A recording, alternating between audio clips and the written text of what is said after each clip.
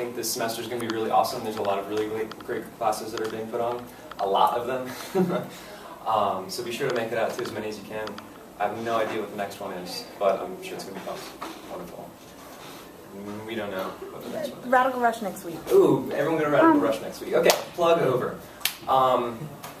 So I want to talk tonight about the Koch Brothers because it's incredibly pertinent for every reason that I can think to imagine. We have the 2012 election coming up, presidential election. But not only that, we're at FSU, where there's some interesting stuff going on with the Koch Brothers, and I'll get to that as well toward the end of today's discussion. It's downstairs now. So I guess I can go ahead and start. This is a really neat graphic that I like a lot, and you'll maybe get familiar with the intuition behind it. So this is David and Charles Koch, and they're kind of old, but they're incredibly vibrant, and they're incredibly engaged and involved in a lot of different things. So I don't know if you can tell by looking at them, but they were born billionaires. They, I think, pull it off pretty well, frankly. Their father is this guy, Fred Koch. He was an engineer. He got incredibly wealthy because he found this new way of refining oil into gasoline, and he actually got rich in the USSR because his technique was so innovative that he kind of got kicked out of doing business in the U.S. So he got super rich in the USSR and super disillusioned with the Soviet Union. Hey, so he came back from the USSR, massive anti-communist, co-founded the John Birch Society, which is a really powerful anti-communist sort of post-McCarthy era organization, and they did a lot of things. They did a lot of really crazy things. So he came back. He founded this company with his friend, and that later became, after he died and his sons took over, what is now referred to as Koch Industries. Koch Industries is huge. Koch Industries is massive. Koch Industries is the second largest privately owned corporation in the United States. It's got a tremendous amount of subsidies. So not only are they still working in oil refining oil, but they've expanded their operations to an immense web of industrial production, manufacturing, post-manufacturing, trading. So this is just a quick outline.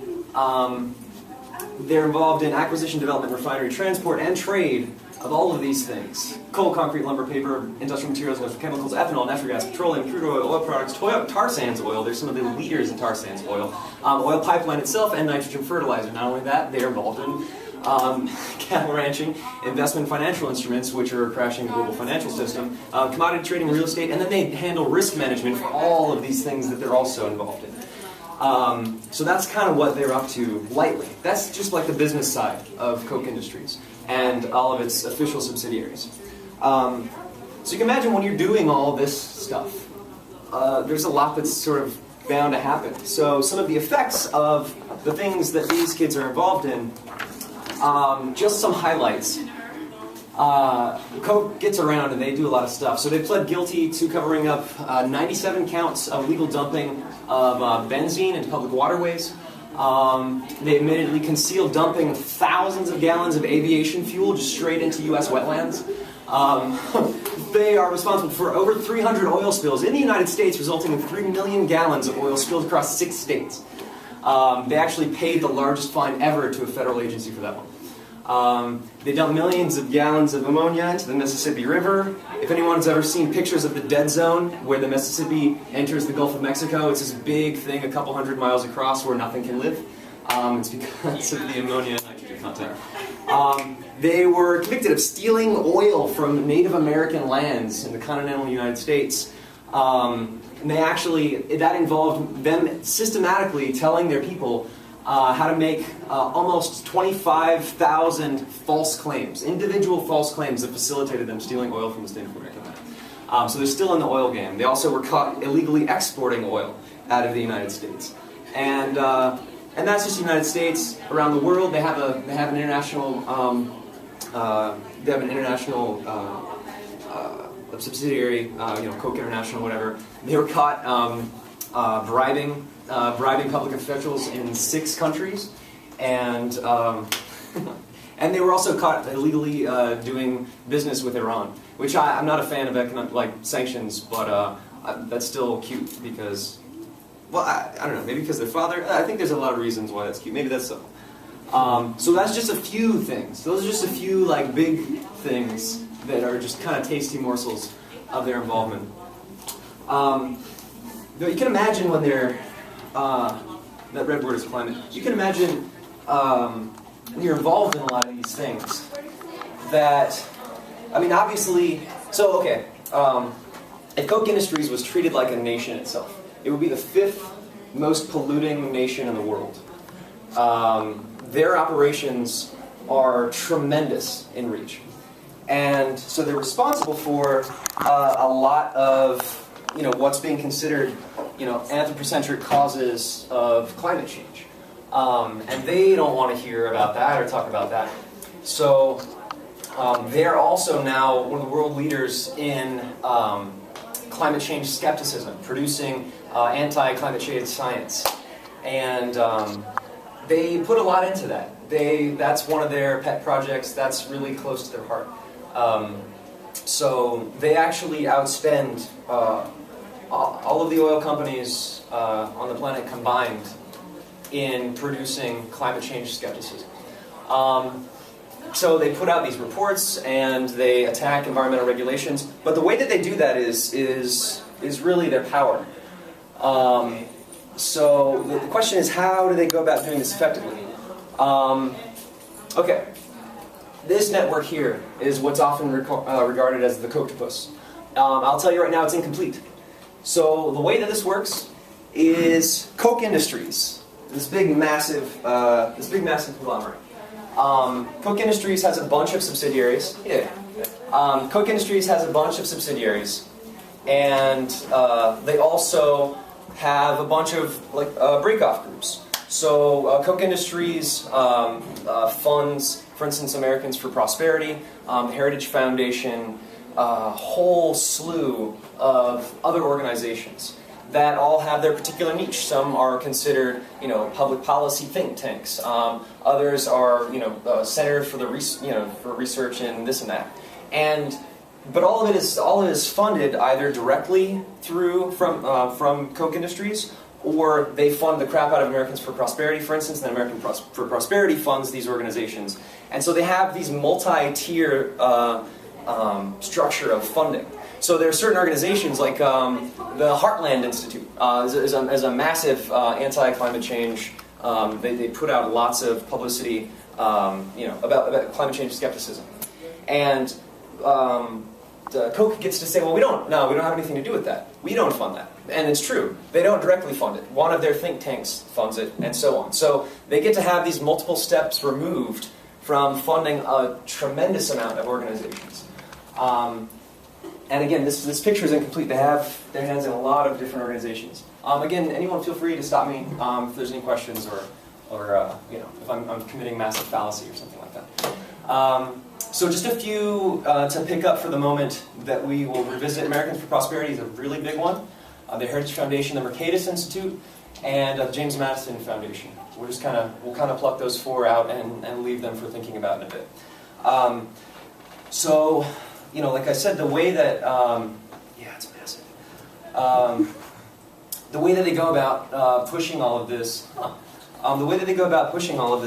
Policy change. Katie. Can you go back and zoom in on that? Because I want to read some of them. Okay. So, we've got the Mercatus Center, Students in Free Enterprise, Leadership Institute, the State Policy Network, which is actually a big organizing hub for anti-climate change policy and science. Independent Women's Forum, they actually do a lot of anti-reproductive rights. We'll talk about ALEC later on. Americans for Tax Reform, American Majority. Let's see, the James Madison Institute, Bill of Rights Institute, Federalist Society, Foundation for Individual Rights. That actually creates the cornerstone of a lot of what they're doing, Gladys. Do the colors have any connection with? Well, so this is kind of this is an image. So as you can see, you've also got ExxonMobil sitting here, Philip Morris sitting here. This is an intersecting web of climate change skepticism influence. And so not only is it intersecting, but the Koch-controlled foundations, there are also some left out. There's just a lot. FreedomWorks is in here, which but hey. Well, is this purely within climate change stuff? Because I see like some institutes that I'm familiar with that focus on totally different things. Right. So what's interesting about a lot of these organizations within this web is you can go to some level of institute and see like, okay, cool, this is what you're into, and they have like a list of their sister organizations. And so not only is there like funding that comes down in multiple tiers, but there's also lateral connections that are running out. So a lot of times I might want to have a big like a deregulatory push, and it could be environmental deregulation or something else. But I might want to create a climate of deregulatory legislation. And so I would most soundly go about doing that by creating a multitude of voices. So these people are saying, well, deregulation is natural, individual liberty is something, something, something, and then, oh, well, that pulls me philosophically as a legislator, and then, oh, well, you're saying these are environmental deregulations. Okay, well, I like to put these together. This is a coherent worldview that I can operate within. So a lot of them have like lateral cooperation, even if they don't seem necessarily directly involved. Are you good, Kitty? Cool. And I can send this out to anyone, please.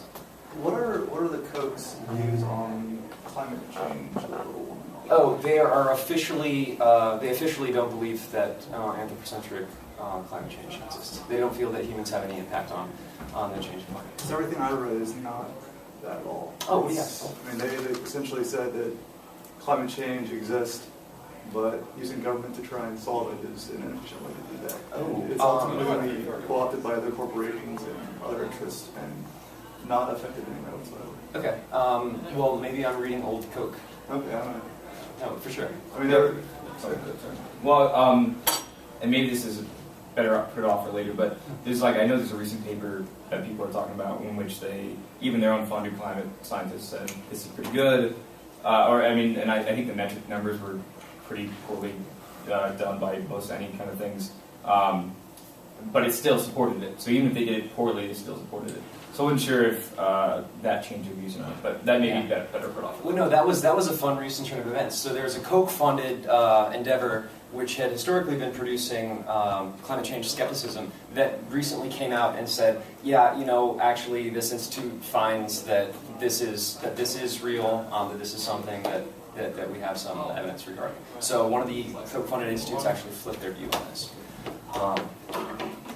Anything else? Okay, I appreciate that. Okay, so not only do they pay to create this policy, tremendous amounts of money, but at the same time, they give a tremendous amount of money to political campaigns. And that puts people in office, that are obviously friendly to, whatever kinds of initiatives that this organization or any various organizations puts forward. So Koch Industries has a super PAC. It's called Koch PAC. They have themselves, just by themselves, outspent gas and oil sector political action committees. That doesn't include Americans for Prosperity, which puts out tremendous amounts of money. So you have a single Koch political action committee, outspending a lot of these other sectors. And that hasn't even accounted for all of the other tentacles of this massive apparatus. So it's actually really exciting. Yeah, they've spent over $1 billion. Okay. Anyway, David Koch is an interesting guy. He says politicians are actors playing out a script. he kind of has an axe to grind. So David Koch in 1980. I think I know what I should run with these slides. Anyway, David Koch in 1980 ran as a vice presidential candidate on the Libertarian ticket, and he wanted to abolish Social Security, the Federal Reserve, social welfare, minimum wage laws, corporate taxes, price supports and subsidies for businesses, agriculture, and U.S. federal agencies. Gone. They didn't win, and he kind of resented that a bit, and sort of got disillusioned from politics, which is when he said, politicians are actors, they're playing out a script.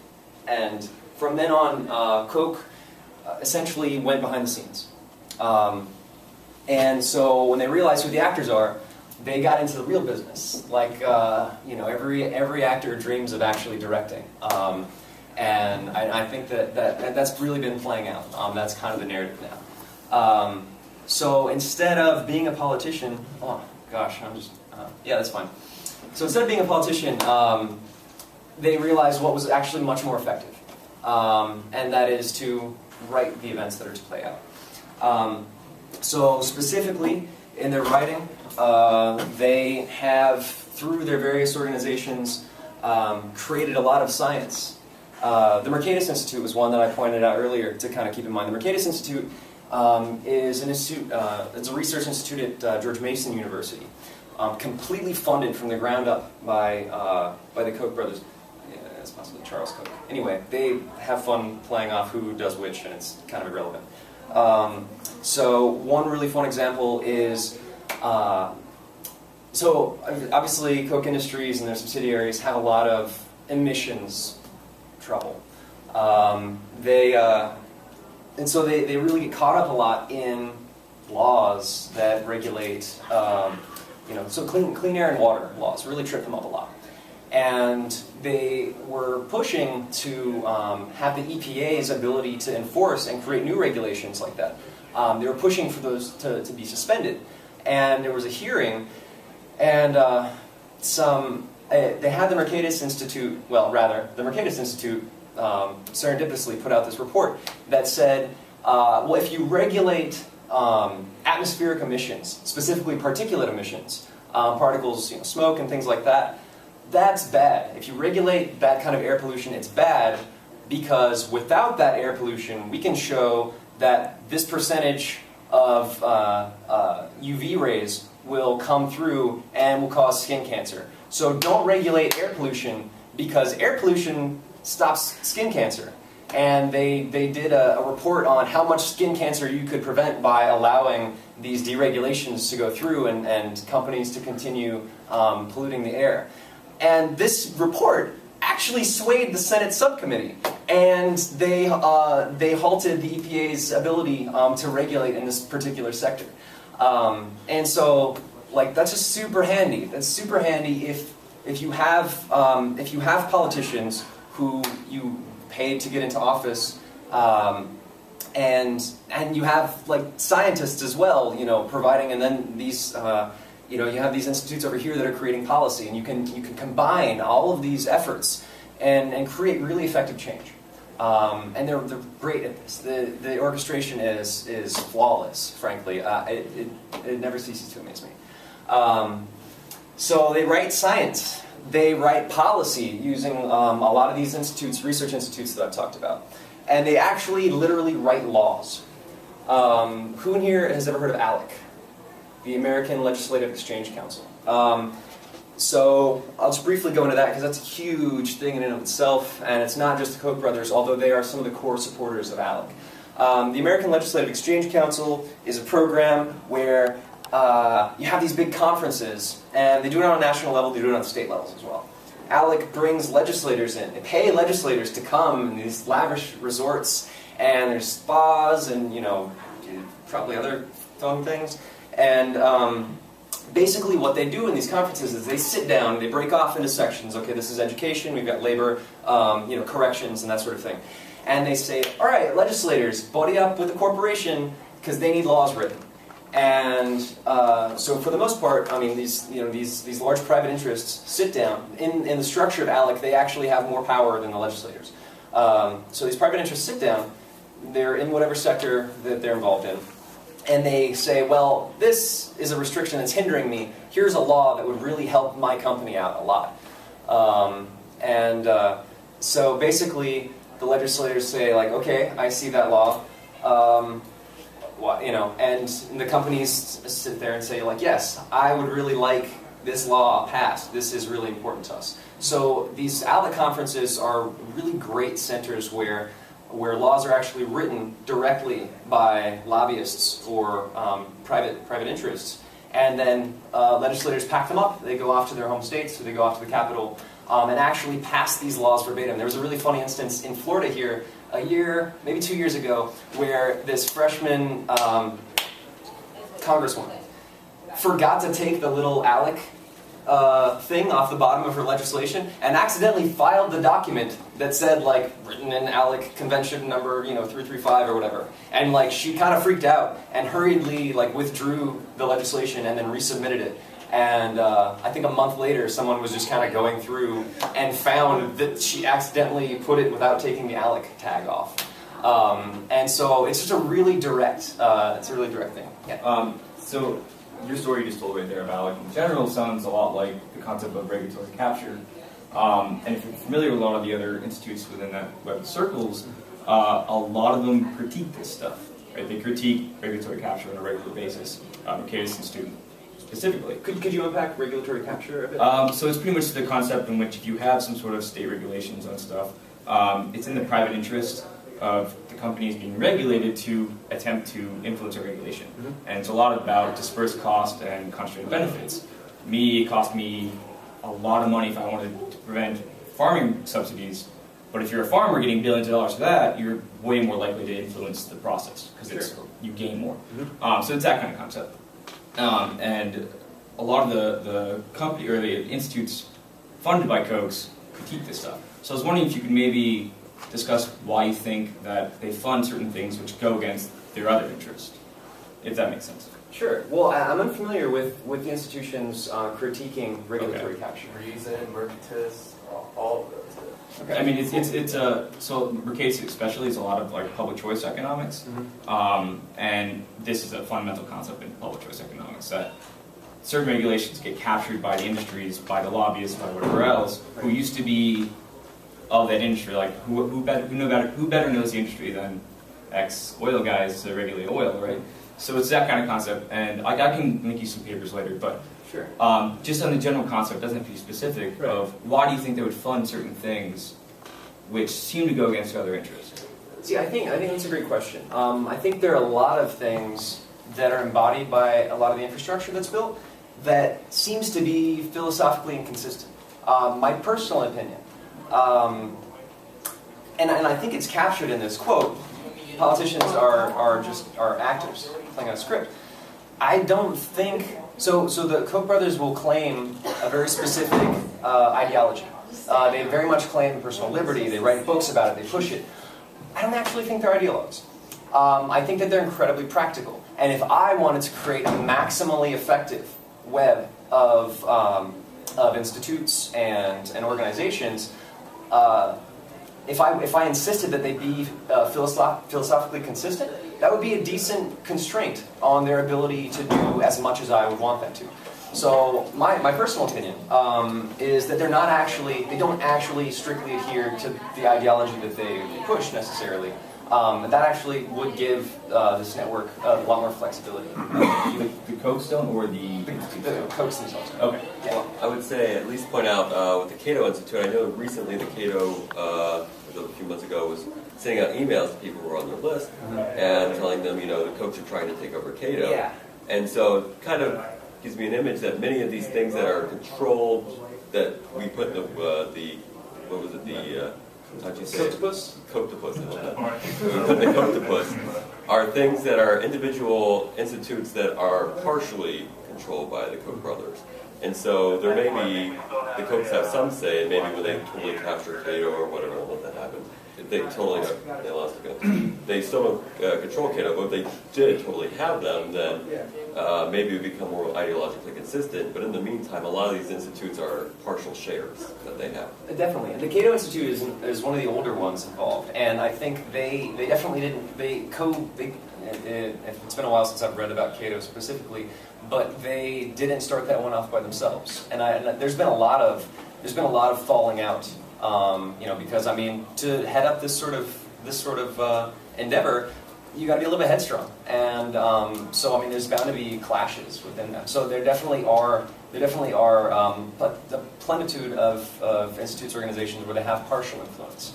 I know that David Koch sat on the American Cancer Society's board for a while, and so I mean, he didn't have a lot of say necessarily. Koch Industries is I think the world's largest producer of formaldehyde, which is a massive carcinogen. And the American Cancer Institute, until Koch actually left the board, wouldn't classify formaldehyde as a carcinogen, even though the rest of the world had it. And then, like, the year, if not the month, that Koch actually left the board, they went ahead and classified formaldehyde as a carcinogen. And so I think there's definitely a lot of divides, and they definitely don't have total control over the entirety of the institution. Yeah, it's more complicated though than just like a slave network of slave institutions. It's true, but I mean I think that's okay. 5 or 10 till 7:30. Cool, easy. So yeah. Well, I think in there lies the massive flexibility. Mm-hmm. And even the ability to dodge responsibility in a lot of different ways. It's definitely more economical, I think, than trying to control all of them. Yeah. No, that's a massive orchestration burden. I feel like on some level they tend to do kind of an all hands on deck. They do everything they can, and then the idea is that we compromise our real position, which is pretty common in politics. We have some extreme position, we use some extreme position, and then we compromise here. Well, in reality, we're both already here. It's just going to move, this small amount this way. And so when they fund organizations that are critical of climate change research, they really don't believe in climate change. They're just trying to create an environment that allows them to put forth an idea that will get accepted, rather than just be laughed at. Oh, you're crazy, you're carry-ons, you're not actually serious. So that's what I feel like a lot of their wide-ranging organizations end up doing in the long term, is they just have this huge network that has very different views on all kinds of things. And they can compromise on what they actually want to be done. So that's my opinion on that. Yeah, no, I really feel that, because if I wanted to induce a particular perspective, and I had a tremendous amount of money, then I would just create a bunch of organizations that are radically beyond that, and exactly do what you're saying. And I think really what these institutes effectively do is create a complex conceptual landscape, which we might not be able to really understand what all of that looks like, and where a lot of policy is being led by this landscape. But I think that there is some fairly efficient, higher level understanding of the landscape that's created. So I don't want to monopolize time, but if you want one question now, we have a lot to do, I won't just say it. But Koch, they support a lot of what they call market-based management, which is kind of like, I don't know if you're familiar with read his book, it's really weird. But it's kind of using like libertarian, Hayekian ideas to influence or to run companies and nonprofits. So it allows for like very independent yet connected or funded institutes. And so having personally known a lot of the professors that are at like Mercatus or whatever, that are co-funded in a lot of sense, like they are themselves automatically driven towards certain ideas, and they are personally driven that way. So it's kind of like they're using Koch funding for what they want, and obviously it's also mutual.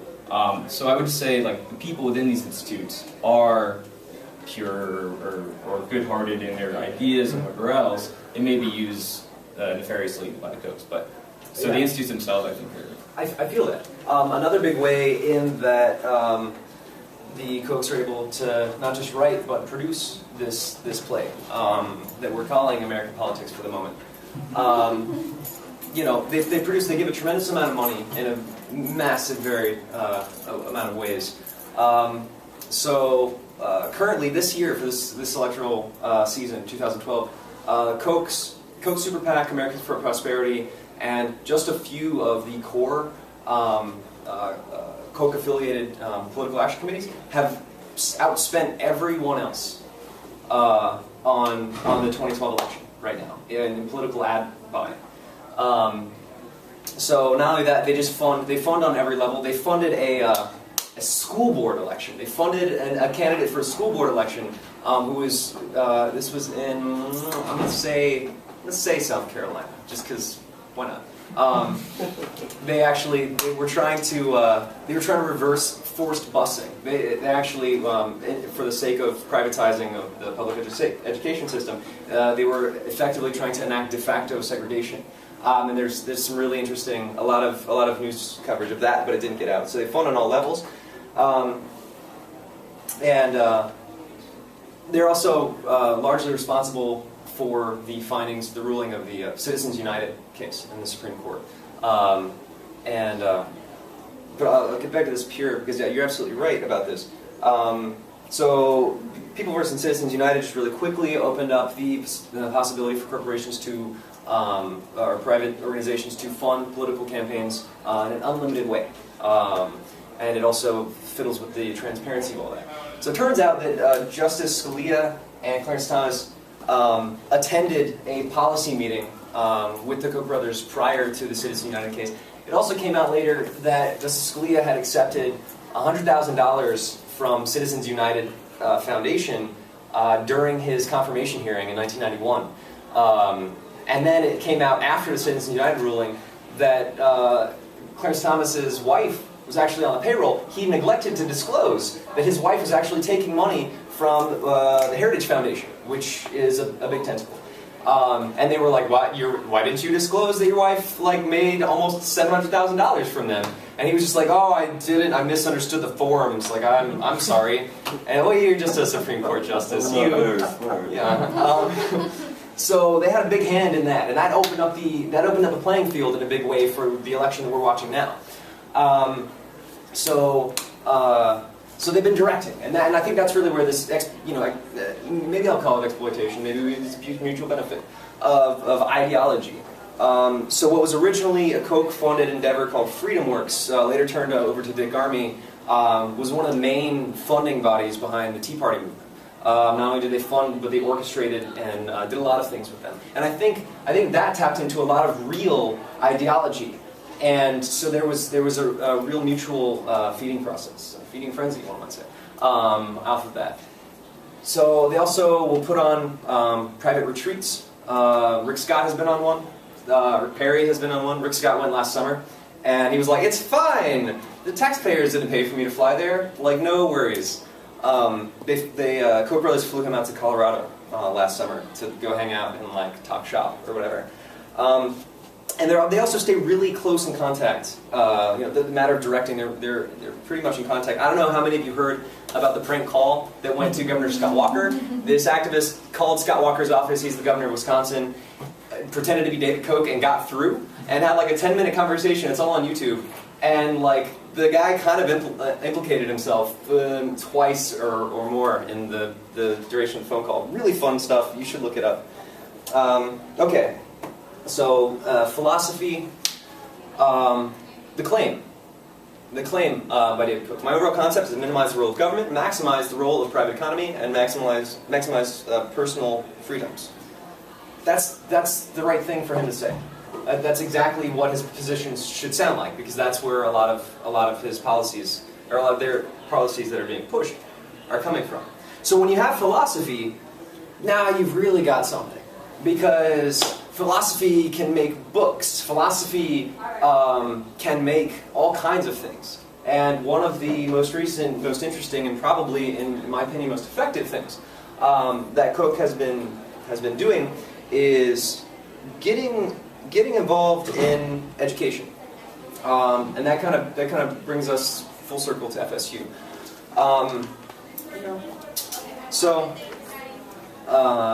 In 2008. FSU Economics Department and the FSU Foundation made a deal with the Charles Koch Charitable Foundation for a sizable donation, a gift. It's not a donation, to the Economics Department. And what that allowed, So over 10 years, it was an understanding of contract for $6.5 million. That went to funding faculty, funding graduate students, paying for some programming that they wanted to put on. But it was a strange gift, and it was really abnormal in the sense that there were a ton of strings attached. And the argument is, well, of course, donor intent has to be carried out. And I think that's fine, and that's largely true, but this really went beyond that. All of the officials in the university that I've spoken to agreed that the demands by the Koch Foundation were unprecedented. No other donors have that much active control over their intent being carried out. So this money came with the stipulation that Koch actually is given, they create a board, and then their advisory board was given veto power over the faculty that are hired with their money. This is unprecedented. There isn't another contract on this university that gives that kind of power. The charitable foundation establishes a separate review process for faculty. So it was effectively a measure of how in line the faculty member was with the ideologies put forward. Koch made a really clear memorandum of understanding and put forward what their principles were really clearly. Namely, for the sake of studying political economy and free enterprise. And so this faculty review process was a measure of how much a faculty member deviated from their ideals that they put forward. Hey, 7:30 to start. Cool, thank you. So they created a program for the study of political economy and free enterprise. They created a program that is for excellence in economic education, which starts to give a treatment to how are the lower level economics basics taught to students, and funded faculty members to go and start addressing that. Again, in line with the ideals that they put forward. The Memorandum of Understanding created an economics club, which was later, which was somewhat contentious in the department because it wasn't obvious whether the economics club would be general, whether it would be ideologically specific. Its original incarnation was ideologically specific, but eventually that was kind of stamped out. So a lot of these things were actually just not even followed, even when the agreement was signed. The faculty review process didn't go through. But a lot of people thought that was supposed to be coupled with the actual faculty review process, which it didn't read like that. Yeah. Say that all the professors that are doing research through the institute that they funded were here 20 years before they funded it, and their research topics have been consistent with the ideology that Koch had. We have a very strong anarcho-capitalist department anyway. I'm sorry, the faculty members that were hired have been here for 20 years?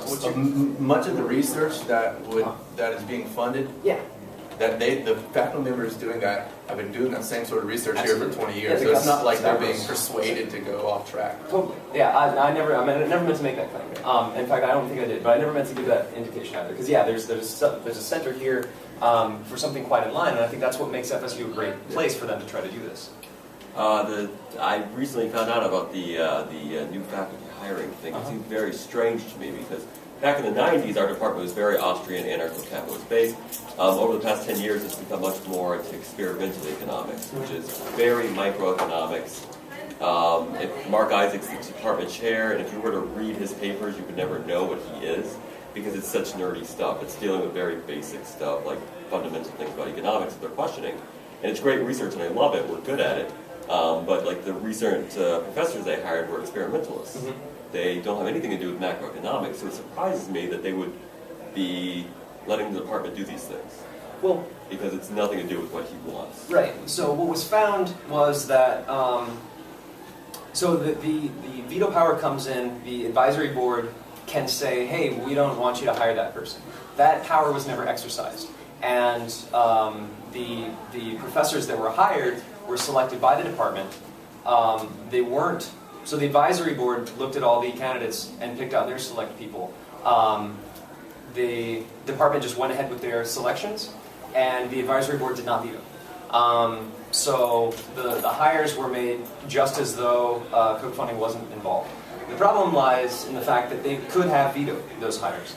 But I forget the names of the hires, but the experimentalists themselves were like, interested in like detecting corruption in I forget her name, but it was the woman that was hired, just like detecting corruption in a market system or something like that.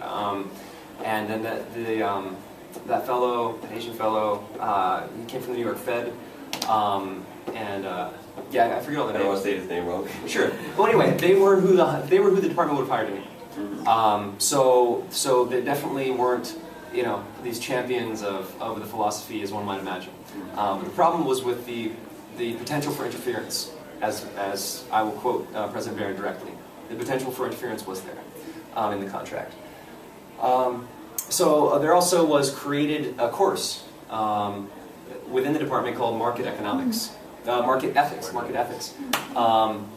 And I was talking to Mark Isaac this summer, and he said that Randy Holcomb came and said he wanted to teach this class, and assured us that the Koch brothers had no hand in crafting the curriculum whatsoever, and he was more than happy to teach it. So he was so cool. Like this was a grassroots initiative. That's a Tea Party joke, everyone. By the way. Please excuse me. So Randy Holcomb, I love this picture. Wait. Oh. I had a question. Oh, question, please. No. Huh? You agree. Come. Senate? Senate. You sure? They just told us where to sit down. That's right. 7:36. I understand. Let me just finish Then up. don't. I'll be there. See ya. Vegan sandwich. Absolutely. I can eat it afterwards. Question? Oh no, I was just gonna say I'm pretty sure the market ethics class is more funded by BB&T than it is. It's true. There was a split funding effort between Koch and BB&T. That's very much true. Okay, I just make that clear. Thanks. So Randy Holcomb, It's optional in the sense that if you don't miss too many days, you don't have to read it. you don't have to read the whole thing. You have to read an excerpt, or you have to not Atlas Shrugged, but I think that you read. I was looking at the syllabus. You read Mann's writes. But you also read like Hayek and Rothbard and stuff, which are probably more radical than Rand if you want to get to it. But I think that's just a cute call out. yeah, but the Atlas Shrugged stuff is an optional test at the end if you miss more than 4 days. Yes, that's true. And actually, I really enjoy Atlas Shrugged. She's a great writer. Yeah. She's a great novelist, frankly, as far as writing is concerned. I mean, just to clarify too, like, I have certain classes where I'm required to read X, Y, and Z, like whatever books. So I mean, required reading in classes, I don't think is a bad. Totally agree.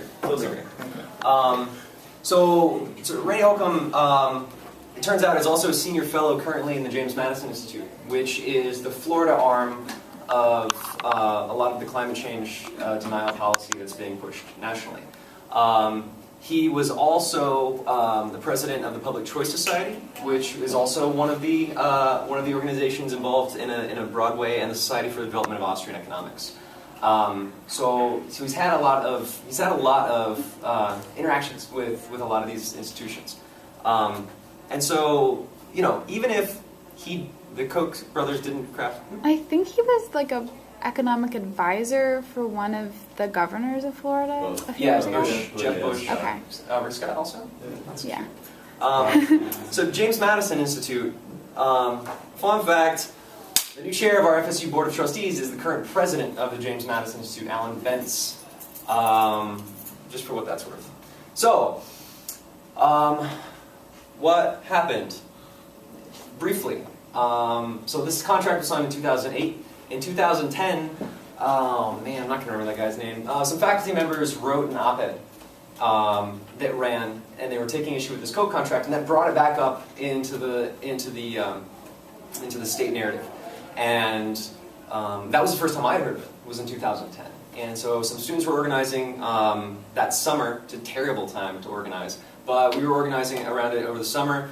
Got some press at the same time. St. Petersburg Times ran this really harsh story saying, like, economics department bought by Koch brothers. And President Barron's response was like, that's absurd. Nothing of the sort happened. And then when the media's claims started becoming closer to reality, President Barron's defense went from nothing of the sort happened. It probably wasn't the case. We'll look into it. Was eventually what he did. So he created an ad hoc committee of the faculty senate to look into the contract.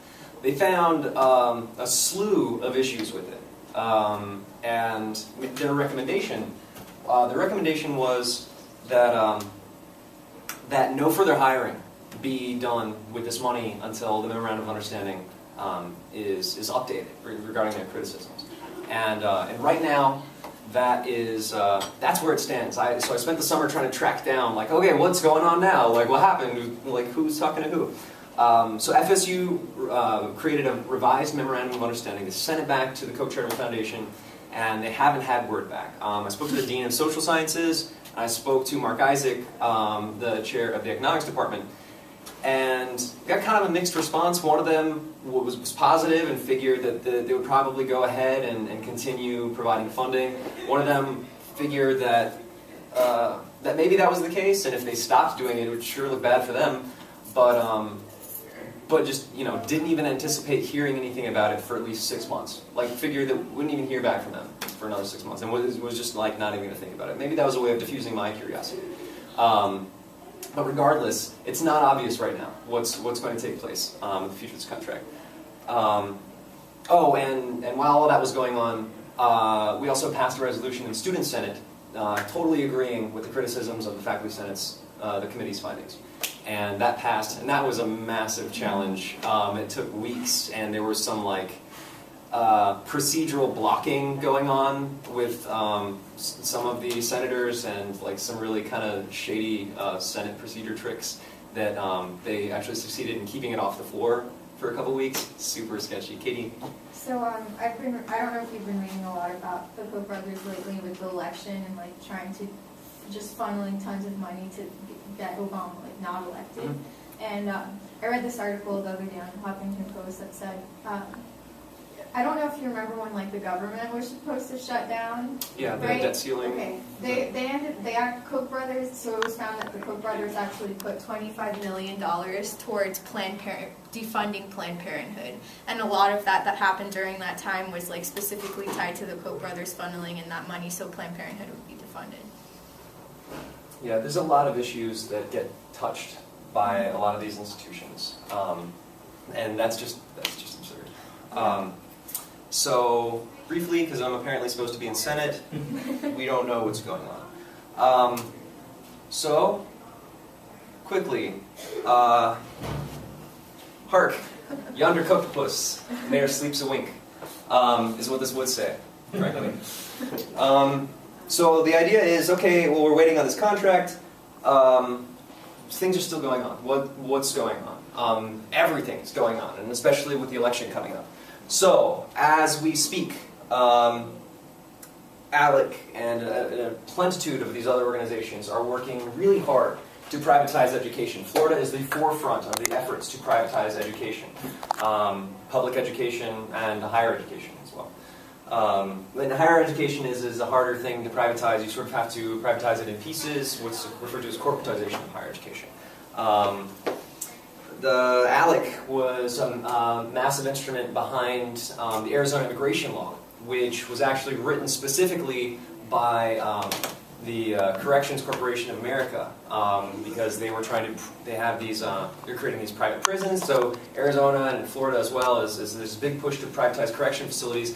And if you can create a law that lets people just pick people off the streets and throw them in a detention center, you can get the prisoner quotas up, and they're actually getting paid by quota. So they're trying to keep their prisons full. Like when you're doing a prison for profit, you want it full, and that's how the contract works itself. I just want to add real quick.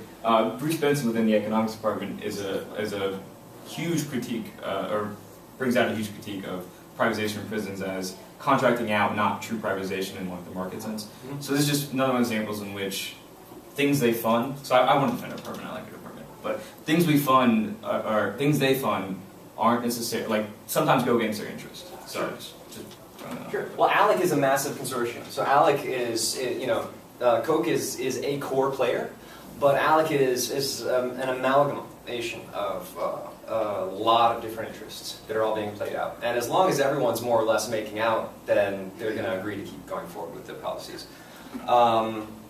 So yeah, the Arizona immigration bill, they tried to pass it in Florida a year ago. There's talk about it coming back again. Big agribusiness is not for it. That's probably the only reason that it didn't make it to the floor in the House a year ago when they first tried to pass it. Passed in Alabama, and now they have crops rotting in the fields because all of their labor took off because they didn't want to get picked up and thrown into some private prison because they have families and come on. So anyway, it's not clear how likely it is to come back to Florida because agribusiness came out against it.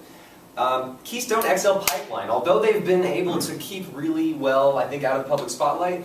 I mean, you saw the tar sands aspect of Koch Industries' interest, the pipeline, oil pipeline itself aspects.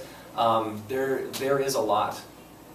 Henry Waxman was in an energy subcommittee and insisted that they subpoena the Koch brothers to come testify regarding the XL pipeline, and the chair of that committee was just like, oh, that's absurd. And later it turned out that he had received a tremendous amount of money from Koch or Koch affiliate organization. So the Keystone XL pipeline is a tar sands pipeline that wants to run from Canada all the way down through to Texas, I guess to the Gulf. So a lot of the refinery, a lot of the refining done, a lot of the oil pipeline itself, tar sands refining. A lot of that is massively in the purview of a bunch of affiliates of Koch Industries. Environmental deregulation, we talked about that. And just a bunch of other stuff that we probably don't see. Because they're, I mean, you know, basically this all works. This all works because we don't know about things. I mean, anything that we don't see can just continue to go on without critique. So that's really all there is to say. I mean, I can't, you know, hand out, hey everyone, just call David Koch tonight, leave him a voicemail, tell him what you think, you know, if your feelings are hurt or whatever. I can't offer you a concrete solution, other than the fact that a lot of the big efforts that have been going on now, for people who are critical of all of this Koch-push action, has been just to make it public, make it part of the discourse, make it part of the dialogue. It's real, and we need to be as informed as possible for this to maintain any guise of democracy. So that's it, and I would love to answer some questions. I would also love to run off to Senate, but I think I will go ahead and let the former take precedent. I just have a personal question. The list that you just read off, like privatizing education and prisons, do you view those as negatives? Because of the whole list, the only bad thing I saw was the anti-illegal immigration thing. Oh, sure, right. So that's a subjective response. I personally do. I think charter schools are interesting in that they can be both. I think that they can be problematic and they can also be benign. But I think, I personally probably wouldn't have put them on there if I didn't feel averse to them. So the answer to your question is yes. Well, is your main aversion the fact that you have like parochial schools be funded by government tax dollars, or is that? I mean, I do take issue with that. It's just the idea of a private school in general. It's the idea of for-profit schooling, and right now, like our university is in a crisis. Your tuition went up 9%, and it would have gone up 15%, but Rick Scott is an interesting kid. So right now, there's a massive push to defund public education. A lot of that money is being thrown at a lot of tax breaks and tax exemptions for incredibly wealthy organizations, but a lot of money that's supposed to be going to public education is being channeled off into private education. And I take issue with the defunding of public education. It's a constitutional mandate for the state to provide adequate maintenance of our institutions of public education, and they're failing us by failing to do so. I guess if one wanted to take issue with the Constitution, sure, like that's a totally open question. But for the trade-off of funding for private education and of funding for public education, I take massive issue with that. So you would still be receptive to the idea that you could allow someone to choose the public school they went to, but not necessarily have private schools involved with that program, or? So that's another big aspect that Jeb Bush has been pushing for, is the choosing your school. If I want to go to Leon or Lincoln or Richards or wherever, I can choose a school, and a successful school will have more students ultimately. That's complex. The long-term like consequences and implications of allowing that choice. That's not something that I've spent a lot of time dwelling on. And so I personally don't have an answer for whether or not I feel people should be able to choose their public schools. That might create a positive, or I guess, value negative, structurally positive feedback loop that could perpetuate a bunch of unfortunate institutional realities. But I don't know. Getting back to Koch, I've heard this question posited about concerning the Koch brothers before, and I honestly just don't remember the answer. So maybe you have one. As far as, you know, people tell you you're supposed to be involved in the civic process, you're supposed to be getting involved with like your politics and stuff like that. You should know about politics. You should donate to people that you like and stuff like that. At what point does it become too much? At what point do you go, well, you earned $1 million, so I don't know about that, or you're a group that grouped together, and a group of people that grouped together, and I don't know if I like what your organization does, so we're going to legalize that. That doesn't seem like a good policy to me. The government should pick who can and cannot, you know, voice what they feel. And if I happen to earn $1 million, maybe I did something productive, maybe I didn't. Let's say I did, you know. Let's say you did. Let's say I did, and I want to give money to the people I believe in. Yeah. Why would you stop the Koch? Sure. So my personal opinion is that it's not that I take issue, not that there should be some ceiling on how much people should be able to give, because of course that's going to be artificial and fluctuate with inflation. Who knows? The problem is more fundamental to me. I think that there's a massive amount of campaign finance reform in and of itself that needs to take place. I personally am an advocate for having spending limits. A campaign shouldn't be a spending race. It should be a competition of ideas and values.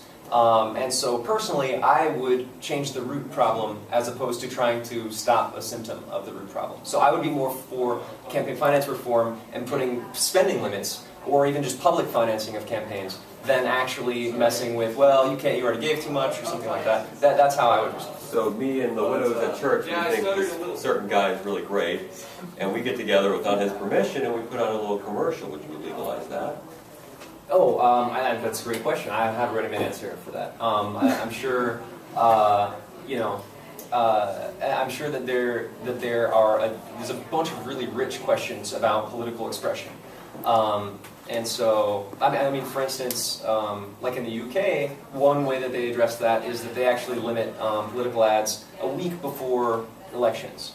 So there are temporal limits on when things like that are allowed or not allowed. I think there's a bunch of strategies that are employed around the world that we're totally ignorant of, and I bet they contain a bunch of really rich perspectives about like what's just, what should be allowable, what kind of expression should be protected, what kind of expression shouldn't be considered expression. Well, I mean, if you want to like talk about like going like disagreeing with the Constitution, that's fine. But I mean, like there's like very specific stuff, right, in the Constitution about speech and how there's no laws and stuff like that against it. So it seems very. It makes me nervous to have. I understand, like, trust me, I totally get the Kochs are evil. Like, they definitely really evil. Right? I never said that. But never said that. If you did it, you're wrong. I mean, they seem evil. But as far as how a system should operate, yeah, where maybe there are some bad guys, maybe there are some good guys and stuff like that, maybe we shouldn't. I mean, regardless of whether or not the Kochs are good guys or bad guys, having rules that stops them from doing what they do would bother me. Sure. Not necessarily. I feel that, and I think that if you're not anxious, you're not close enough to actually doing something legit and real. So I think that the more anxious you get, like that means you're close to the furnace that's driving all this. So I feel you. I'm nervous about a lot of things too, and I think that's important because that may make us cautious, maybe, and that's really important.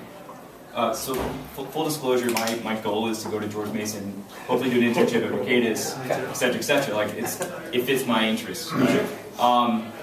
And you did a really great job at what I'm about to talk about is like you really did a good job at where most people when they talk about Kochs and people that are funded by Koch, they get discussed as right-wing fascists and they are personally demonized. Right. And having personally known like a lot of these professors that are funded various mechanisms. I think they're really good people, and I think they're really personally interested in it, and they work prior to any kind of funding. And so, like, I like your approach where you recognize that maybe sometimes it's not just all about evil funding and whatever else. And I really like that, and I appreciate that, because I think oftentimes when I hear critiques of it, there's certain things I hate, like the immigration stuff I don't like, against gay marriage or anything like that, but they fund, I hate that stuff. But there's other people that they fund or ideas that they fund which I benefit from and just fully appreciate. So I just want to emphasize that a lot of people they find aren't as evil as maybe sometimes are portrayed. Sure. I feel that in a big way. I really stop short of calling anyone evil, because that is the kind of simplistic perspectives that are ruining everything around us. I know a lot of people who would easily get classified as evil, but I mean, humans are complex, and single words don't fit over complex things. Like, that doesn't work that way. And so I appreciate what you've said. I try to be really careful in all of my dealings with any humans, whether I've only heard about them or whether I know them intimately, like to try to do their humanity justice. I know at the core of every human action, there's some real sense that what they're doing is worth it in a genuine way. Now, regardless of the value system, like, I can't speak to that. I can't speak to what informed that value system. I can't speak to their historical their context as a person. But yeah, we should all endeavor to be really careful of the way that we talk about humans.